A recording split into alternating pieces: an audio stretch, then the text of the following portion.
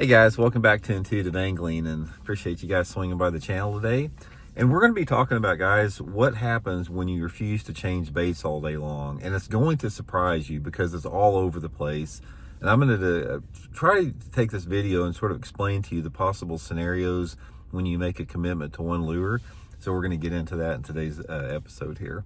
Also, guys, before we get started, a couple quick things I wanted to remind you of. Solar Bat just announced their big May sale on my Signature Series glasses, my RB2s and 3s.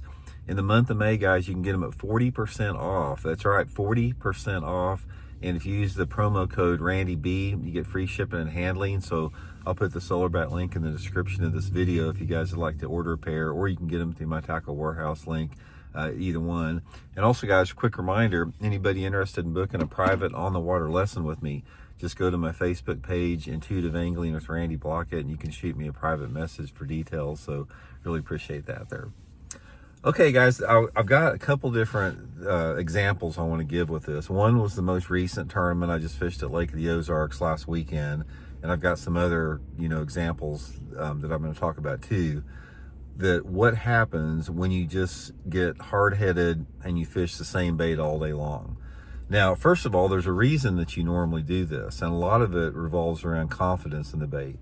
And confidence can be a really good thing, or it can be something that really helps you catch fish, and it can be something that keeps you from catching fish. So I got two different scenarios I want to lay out this, both of them in tournaments. Okay, first of all, last weekend, excuse me, I zeroed in my tournament. I did the video on it, the BFL up at Lake of the Ozarks. I zeroed in that tournament, and in retrospect, I look back on that, and it's like, because I stayed with the same lure pretty much all day long, and in this sense, it was the same color. Now, let me lay this scenario out for you guys a little bit, and I'll explain to what happened, and we'll go on the different end of it. Lake of the Ozarks was really dirty. It was almost on the verge of being muddy where I was fishing at.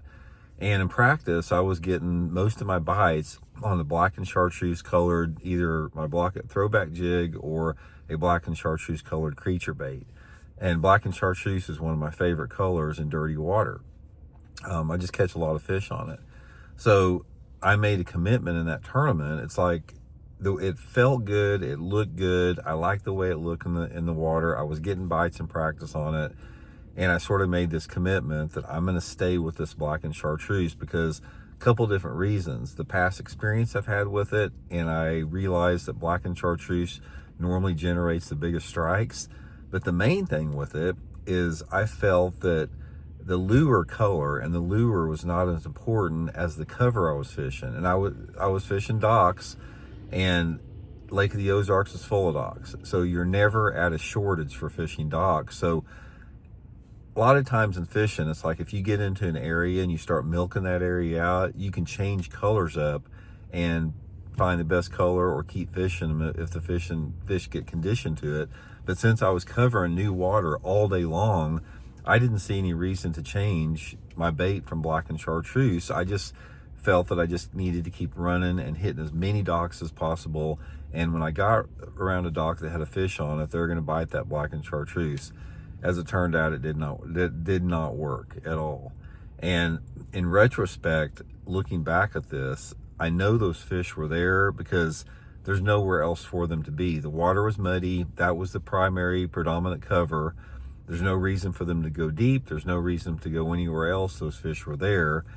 I felt in this particular case that I stayed with that black and chartreuse way too long, and I should have made some type of a lure adjustment. But I was so confident in that black and chartreuse, I didn't even have anything else tied on. I had two baits laid out, jig and a creature bait, and that's what the color they were.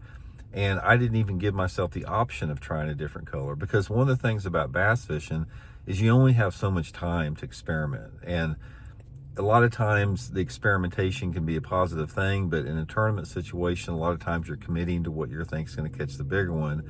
So in retrospect, if I had to do that event over again, I would have maybe done this. I'd pull up to a stretch of docks, and I'd fish 3 or 4 of the docks with the black and chartreuse, and then I'd fish 3 or 4 docks with like a green pumpkin or a June bug or something to try to give myself an opportunity to find out that if it's the color.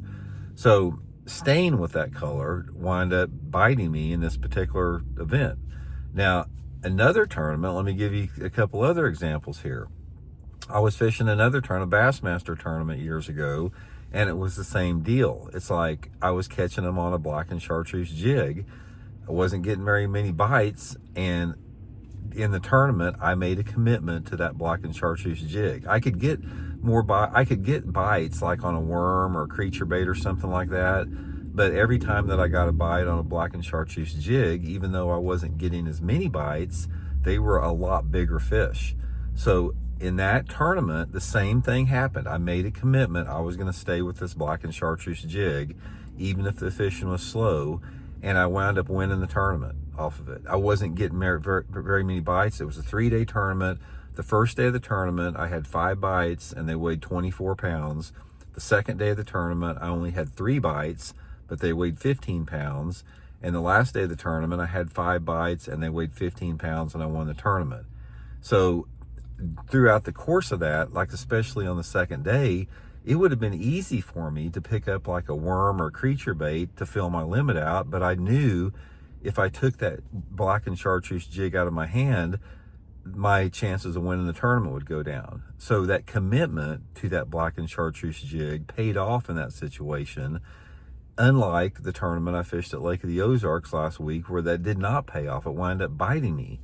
So the thing about that is when you make a decision as far as on like a lure or a lure color to throw, you got this, there's 2 different scenarios that you have to consider. Number one is do you want to be adaptable? Do you want to like listen to what the fish are telling you and give the fish what they want by experimentation? Or do you want to commit to a particular lure or color that you have a lot of confidence in and you know produces bigger fish, but it's a lower percentage thing? You may not get as many bites. And ultimately, that's a decision every single angler makes. Some anglers are of the mindset that they just want to catch as many bass as they can and let the chips fall where they may.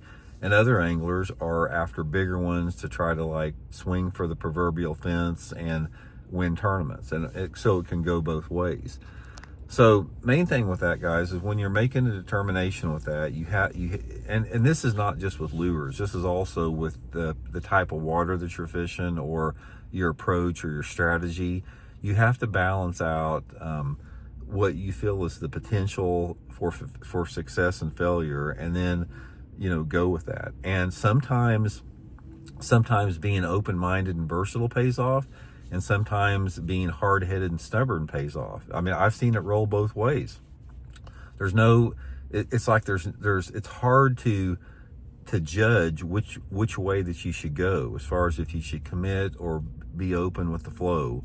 So I've done both. I mean, I've committed and I've done well, and I've sucked. I've both done well committing and I've sucked committing, and I've both done well being versatile and I've sucked being versatile. And real quick, I'll say one thing about versatility here. If you're a competitive angler, a tournament fisherman, a lot of people think that being versatile is a good thing. It's not really a good thing in tournament fishing, because it's been my experience through my own, experience on the water and my observation of watching everybody else. The anglers that are the most versatile are usually the ones that are the least successful. Now, they may consistently catch more fish than everybody else, but they don't win tournaments. The tournaments and the people that catch big fish are done by the specialists.